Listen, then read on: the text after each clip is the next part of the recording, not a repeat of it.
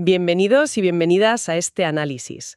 Hoy nos metemos en un tema que de primeras suena a manual de derecho puro y duro, pero que en realidad es una revolución silenciosa sobre cómo un Estado debe tratar a su gente. Sí, es uno de esos conceptos que, una vez lo entiendes, la verdad es que ves sus huellas por todas partes.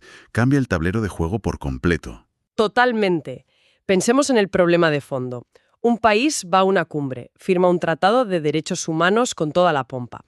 Se compromete a proteger la libertad de expresión, el derecho a un juicio justo, lo que sea.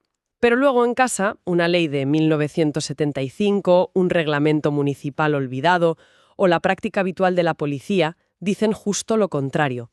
¿Qué hacemos? ¿Nos sentamos a esperar años a que un tribunal internacional condene al Estado? Esa es exactamente la brecha. El abismo entre la promesa solemne hecha al mundo y la realidad cotidiana de las personas. Y este mecanismo intenta cerrar justo eso. Y ahí es donde entra el concepto de hoy, el control de convencionalidad. Es la herramienta diseñada para que esa firma en el tratado no sea, papel mojado.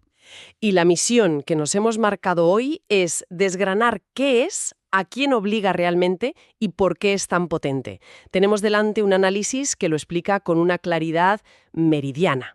Exacto. El objetivo es entender cómo este control convierte a jueces, a funcionarios e incluso a los propios legisladores en garantes directos de esos derechos.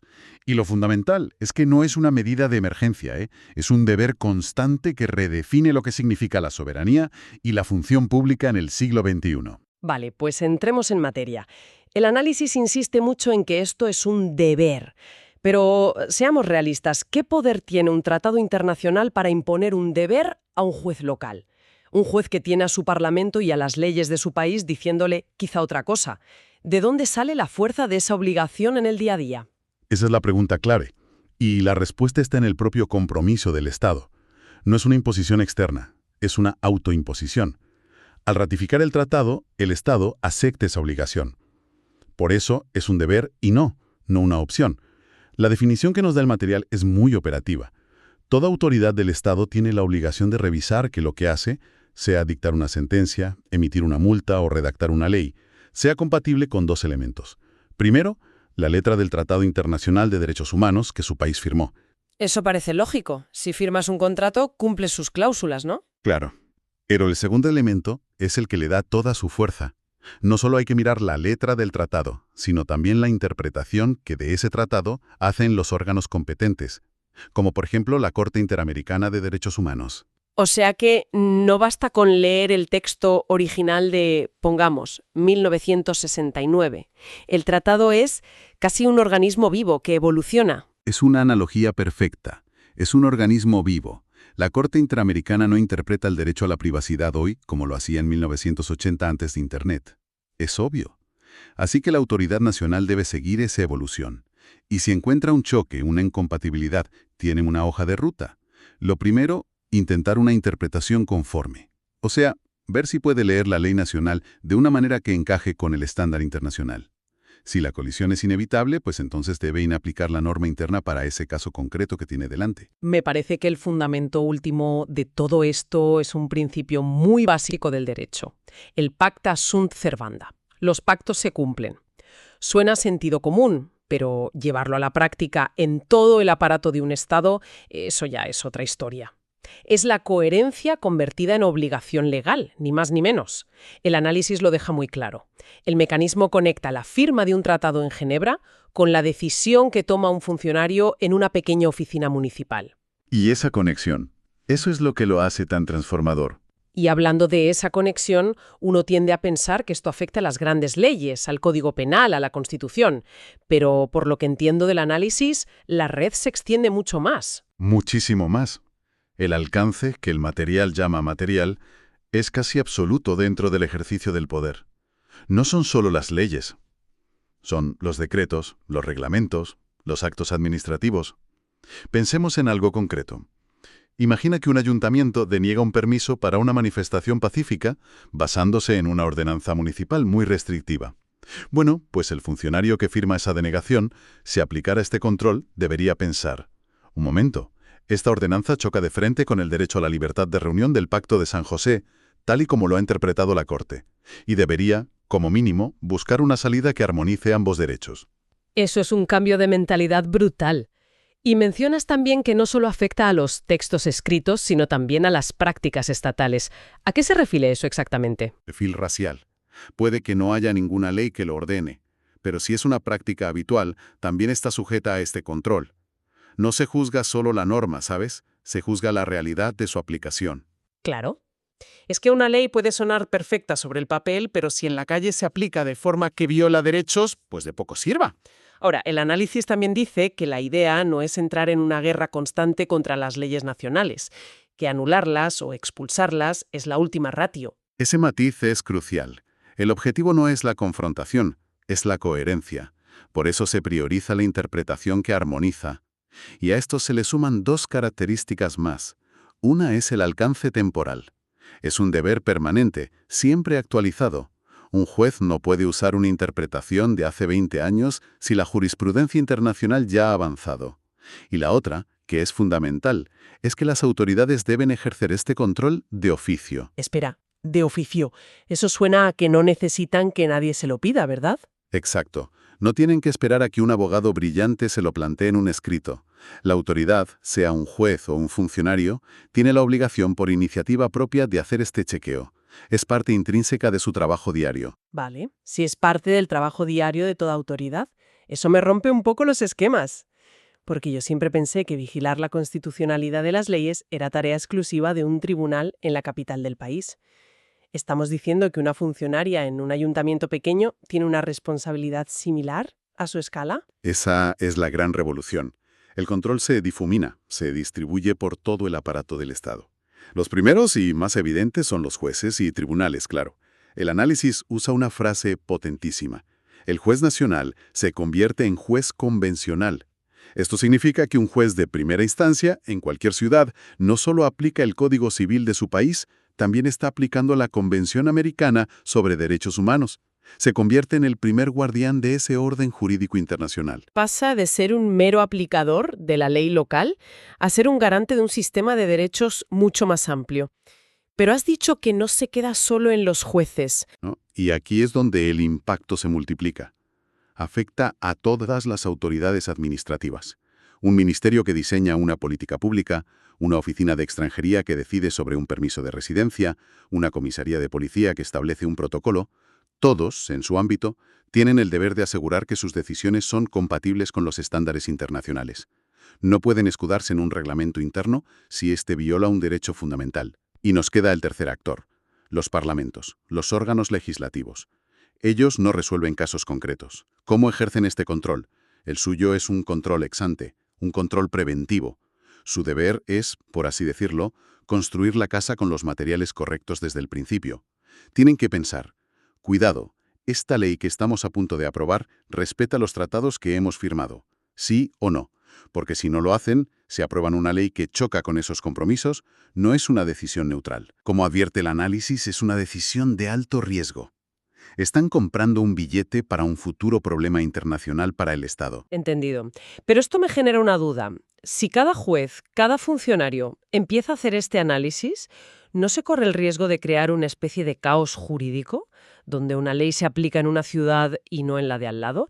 ¿Este control de convencionalidad anula al de constitucionalidad de toda la vida?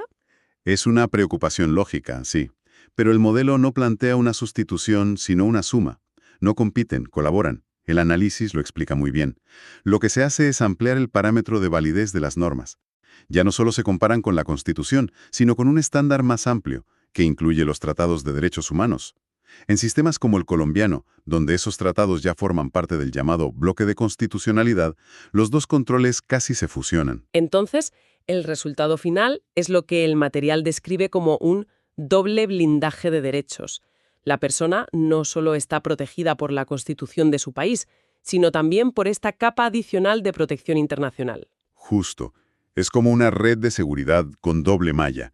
Si un derecho no está suficientemente protegido por la norma interna, o si la norma interna es directamente el problema, la red internacional está ahí para sostenerlo. La protección se vuelve más robusta, más densa. Y si llevamos esto a la práctica, un juez detecta una norma que es claramente incompatible con un tratado y no hay interpretación posible que la salve. ¿Qué pasa? El juez borra esa ley del mapa. No.